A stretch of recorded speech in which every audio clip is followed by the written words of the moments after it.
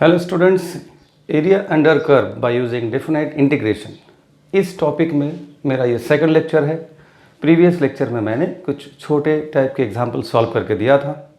इस बार उसी सीक्वेंस में कुछ एडवांस प्रॉब्लम्स मैं सॉल्व करके देने वाला हूँ। उसमें आप पहला प्रॉब्लम देख सकते हैं, find the area of the region included between y equal to x square and the line y equal to 4x। जिस क्वेश्चन में लिमिट नहीं दिया हुआ है, लिमिट अगर दिया नहीं है तो आप लोगों को फिगर ड्रॉ करके तय करना पड़ेगा कि एरिया जो है कहाँ से कहाँ तक फैला हुआ है, नहीं तो फिर प्रॉब्लम में आगे नहीं बढ़ पाएंगे। इस कारण से इस प्रॉब्लम में सबसे पहले ये काम है कि ये जो सिचुएशन है इसको सेटिस्फाई करके हमें प्रॉपर फिगर ड्रॉ करना है। ये एक पैराबोला है और ये एक स्ट्रेट लाइन है, तो ये दोनों कैसे है, कहाँ पर है, एरिया कहाँ पर है, ये सेटिस्फाई करके पहले हम फिगर ड्रॉ करते हैं। This is the figure for this problem. आप देख सकते हैं X square equal to Y, यानी ये जो पैराबोला है दिस ओपन्स अपवर्ड्स और y equal to 4x is a line passing through the origin. ये लाइन आप देख सकते हैं। जब ये शेप आप बनाते हैं तो दोनों के बीच में जो एरिया है वो क्लियरली ये शेडेड एरिया यही मिलेगा, तो आपको ये एरिया फाइंड करना है। फिर आपको प्लान करना पड़ेगा कि ये एरिया इसका स्प्रेड ओवर, अगर हम बाय डिफ़ॉल्ट यानी कि इजी है एक्स एक्सिस के तरफ उसका स्प्रेड ओवर है, ये कंसिडर करना अगर पॉसिबल है तो यहाँ पर वो पॉसिबल है। ये एक्स एक्सिस की तरफ फैला हुआ है ये एज्यूम करके यहाँ से फैला हुआ है, यानी उसका इनिशियल पॉइंट ये है, तो ये पॉइंट पे एक्स की वैल्यू 0 है clearly, this is X equal to 0। ये पॉइंट तक फैला हुआ है, ये पॉइंट हमें पता नहीं है, इस कारण से ये पॉइंट हमें फाइंड करना पड़ेगा। और ये जो है this is the point of intersection of these two curves. इस कारण से ये पॉइंट फाइंड करने के लिए हमें ये दोनों कर्व्स के इक्वेशन को साइमल्टेनियसली सॉल्व करना पड़ेगा। ये है प्लान। तो सबसे पहले वो काम करते हैं। ये देखिए, to find the point of intersection A, ये point solving equations y equal to x square and y equal to 4x we get. तो कैसे सॉल्व करना, मैंने ये इक्वेशन को x square equal to y लिखा है और ये y इक्वल टू 4x। अब दोनों में क्या करेंगे, ये जो y है ये y की वैल्यू 4x यहाँ सब्स्टिट्यूट कर दिया तो X square equal to 4x आ गया। ये आने के बाद आगे सॉल्व करना शुरू करते हैं। इसके आगे 4x को लेफ्ट साइड में हम ट्रांसफ़र करते हैं, X square minus 4x equal to 0। दोनों में से x कॉमन लिया, x into X minus 4 equal to 0। तो सॉल्व करेंगे तो x इक्वल टू 0 ये एक पार्ट है और दूसरा x minus 4 equal to 0 solve करेंगे तो x इक्वल टू 4। ये दो x के वैल्यूज़ हैं। ये दो x के वैल्यूज़ क्यों है, एक x की वैल्यू यहाँ के लिए है और ये यहाँ के लिए है। जो भी पॉइंट ऑफ इंटरसेक्शन है तो दो पॉइंट है तो दो पॉइंट के लिए दो x के वैल्यू मिलेंगे और वो दो x के वैल्यू यूज़ करके आप दो y के वैल्यू फाइंड कर सकते हैं। तो ये 0 अगर हम सब्स्टिट्यूट करते हैं इसमें y इक्वल टू 4x में तो 4 इंटू 0 0 हो गया, तो y की वैल्यू भी 0। इस कारण से x is 0 then y is 0। दूसरे वैल्यू के लिए x इज 4, यहाँ पर पुट कर दीजिए, 4 इंटू 4 16 आ गया तो y की वैल्यू 16। तो when x is 4 y is 16। तो हमारा जो पॉइंट a है वो तो ओरिजिन नहीं है, 0 0 वो नहीं हो सकता, इसलिए वो पॉइंट है ये, मतलब a इज 4, 16। आप फिगर में ये लिख सकते हैं a इज़ 4, 16। तो अपना मेजर काम हो चुका है, क्योंकि हमारा ये अपर लिमिट मिल गया है, हमारे इस फिगर के लिए अपर लिमिट मिल चुका है। तो यहाँ से यहाँ तक डिस्टेंस जो है ये 0 0 है, ये 4 16 है। तो ये लाइन का इक्वेशन आपको लिखना है, this is x equal to 4। इसका मतलब रिक्वायर्ड एरिया के लिए लोअर लिमिट 0 है और अपर लिमिट 4 है। अब हम एरिया प्लान कर सकते हैं। एरिया के प्लानिंग में ये मैंने लिखा है कि required area is equal to, आप यहाँ देखिए कि ये जो एरिया है ये अपर कर्व यानी कि स्ट्रेट लाइन उसके नीचे के एरिया माइनस पैराबोला के नीचे के एरिया, ये आप सिंपल लॉजिक से समझ सकते हैं। बड़ा एरिया माइनस छोटा एरिया करेंगे तो बीच में एक एरिया मिलेगा, इसलिए required area is area under upper curve minus area under the lower curve. अब अपर कर्व के लिए मैंने y1 dx लिखा है और लोअर कर्व के लिए y2 dx। आपको तय करते आना चाहिए कि अपर कर्व मतलब कौन सा कर्व है, लोअर कर्व मतलब कौन सा कर्व है। इस फिगर में अपर कर्व मतलब ये स्ट्रेट लाइन, यानी कि वहाँ y की वैल्यू है 4x। इसका मतलब y1 हमारे लिए 4x है और लोअर कर्व पैराबोला है ये, तो y2 की वैल्यू है, ये y2 है, y2 की वैल्यू है x²। तो इस कारण से हम नेक्स्ट स्टेप में लिखेंगे 0 to 4 y1 मतलब 4x dx minus 0 to 4 y2 means x² dx। Limit तो आपको समझ में आ ही गया है, मैं बहुत बार बोल चुका हूँ, लोअर लिमिट 0 अपर लिमिट 4 दोनों कर्व के लिए वैलिड है। अब आपको ये दोनों जो इंटीग्रेशन है वो आसानी से सॉल्व करना है। उस स्टेप को मैंने लगभग रिपीट किया है, सिर्फ कांस्टेंट को बाहर लिया है, बाकी सब एज इट इज़। आगे integration x is x²/2, integration x² is x³/3, limit वही है। लिमिट अप्लाई करने के पहले कांस्टेंट्स को मैं बाहर निकाल लेता हूँ।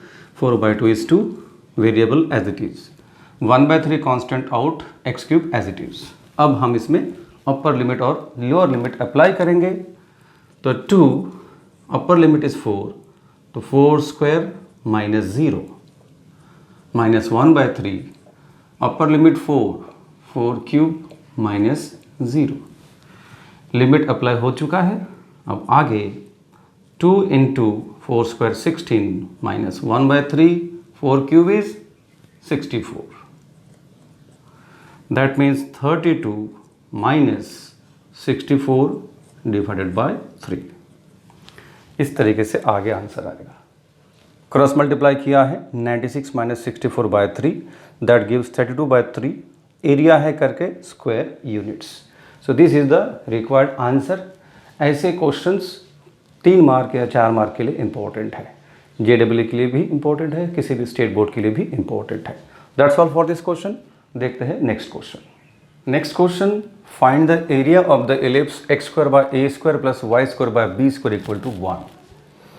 जब ऐसा कोई क्वेश्चन 12th क्लास के लिए पूछे जाएंगे तो जाहिर है किसी और जनरल मेथड से फाइंड नहीं करना चाहिए। अगर ये MCQ नहीं है तो आपको डेफिनेट इंटीग्रेशन के फॉर्मूले से ही निकालना चाहिए फुल मार्क्स स्कोर करने के लिए। सबसे पहले ये फिगर बना के हम देखते हैं रिक्वायर्ड एरिया फाइंड करने के लिए हम कैसे प्लान करेंगे। तो टेंटेटिवली ये वो इलिप्स है जिसका मेजर एक्सिस x एक्सिस की तरफ है। तो इसका अगर हमें एरिया फाइंड करना है, हम ऐसा प्लान कर सकते हैं कि कंप्लीट चारों पोर्शन का हमें एरिया फाइंड करना है। इस कारण से सिमेट्री का फ़ायदा उठाते हुए हम क्या करेंगे, सिर्फ एक ही पोर्शन का एरिया हम फाइंड करेंगे बाय यूजिंग डेफिनेट इंटीग्रेशन।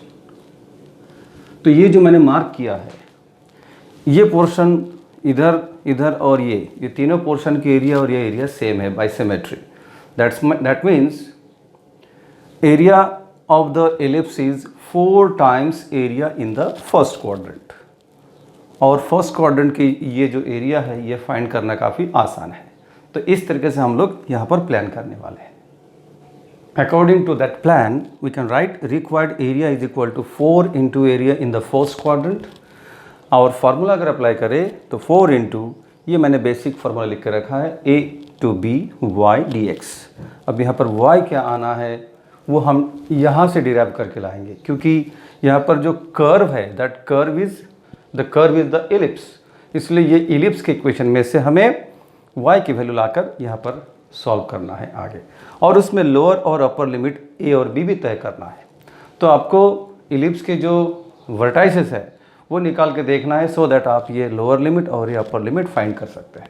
ठीक है, तो आगे हम ये 2 काम करते हैं। y की वैल्यू क्या है, लोअर और अपर लिमिट क्या है वो फाइंड करते हैं। लोअर और अपर लिमिट के लिए for the given ellipse vertex in the first quadrant a is small a, 0। तो यहाँ हम लिख देते हैं वर्टेक्स a, 0, जिस कारण से ये है लोअर लिमिट, क्योंकि एरिया x एक्सिस की तरफ फैला हुआ है। तो यहाँ से शुरू करके यहाँ तक, तो लोअर लिमिट है x = 0 और अपर लिमिट ये a से पास होने वाली लाइन है, ये अपर लिमिट है। तो this is x = a, lower limit 0 upper limit a, ये तय हो गया। अब आगे y की वैल्यू क्या है वो हम डिराइव करेंगे। इलिप्स के इक्वेशन से शुरुआत करते हैं। y के टर्म को लेफ्ट में रख के बाकी टर्म राइट में ट्रांसफ़र कर दिया है। देन एलसीएम किया है। एलसीएम करने के बाद नेक्स्ट स्टेप में बी स्क्वायर को राइट साइड में ट्रांसफ़र किया है। फिर बी स्क्वायर ए स्क्वायर कॉन्स्टेंट को अलग रख के ये टर्म एज इट इज़ रखा है। Then taking positive square root of both sides. Area के फॉर्मूला में हम हमेशा पॉजिटिव स्क्वायर रूट लेते हैं, तो y will be b by a root of a square minus x square. मतलब जो फॉर्मूला में हम y की वैल्यू सब्स्टिट्यूट करने वाले हैं तो वो y की वैल्यू है b by a root of a square minus x square. तो सब कुछ मिल गया है, lower limit 0, upper limit a, और y की वैल्यू ये है। Now let us begin with finding area. Area के लिए ये फॉर्मूला है, for lower limit 0, upper limit a, ये मॉडिफाइड y की वैल्यू यहाँ पर आएगा dx। नेक्स्ट स्टेप में मैंने कॉन्स्टेंट्स को सारे बाहर कर दिया है, तो 4b बाई ए बाहर, ये रिमेनिंग पार्ट। अब ये जो है आपके लिए एक स्टैंडर्ड इंटीग्रल है। इसका answer x by 2 root of a square minus x square plus a square by 2 sine inverse x by a. तो ये पूरा आंसर आपको इसके बदले में यहाँ लिखना है और प्रॉपरली आपको लिमिट अप्लाई करना है, वो हम लिखते हैं नेक्स्ट स्टेप में। This is the answer 4b by a as it is. इसका x by 2 root of a square minus x square plus a square by 2 sine inverse x by a. Complete term में मैंने 0 to a lower और upper limit apply कर दिया है। अब ये पूरे फैक्टर में हम बारी बारी से लिमिट्स अप्लाई करेंगे। Upper limit minus lower limit. सबसे पहले अपर लिमिट a अप्लाई करते हैं पूरे फैक्टर में। जब हम अपर लिमिट अप्लाई करेंगे तो यहाँ पर ए स्क्वायर माइनस एक्स ए हो जाएगा, ए स्क्वायर 0 हो जाएगा, तो ये वो 0 है।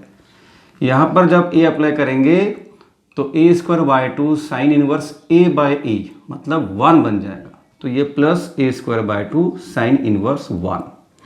तो पूरे फैक्टर में अपर लिमिट a अप्लाई करने से ये फैक्टर मिलता है। उसके बाद माइनस, क्योंकि हम upper limit minus lower limit लिखते हैं, तो माइनस लोअर लिमिट 0 अप्लाई करेंगे तो यहाँ पहले 0 हो जाएगा।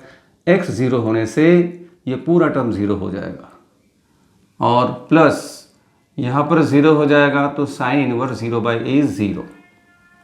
तो ये लोअर लिमिट से ऐसा आ गया।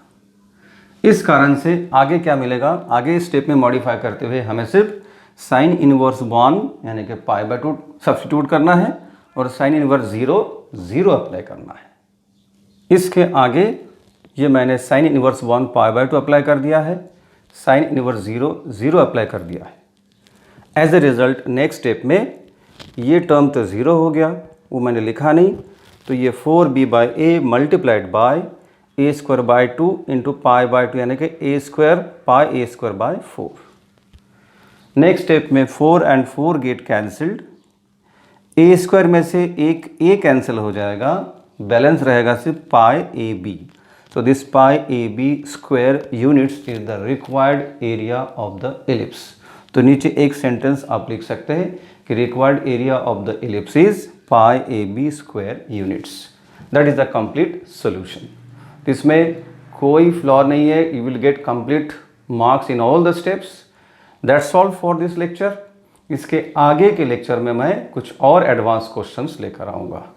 Till then, bye bye students।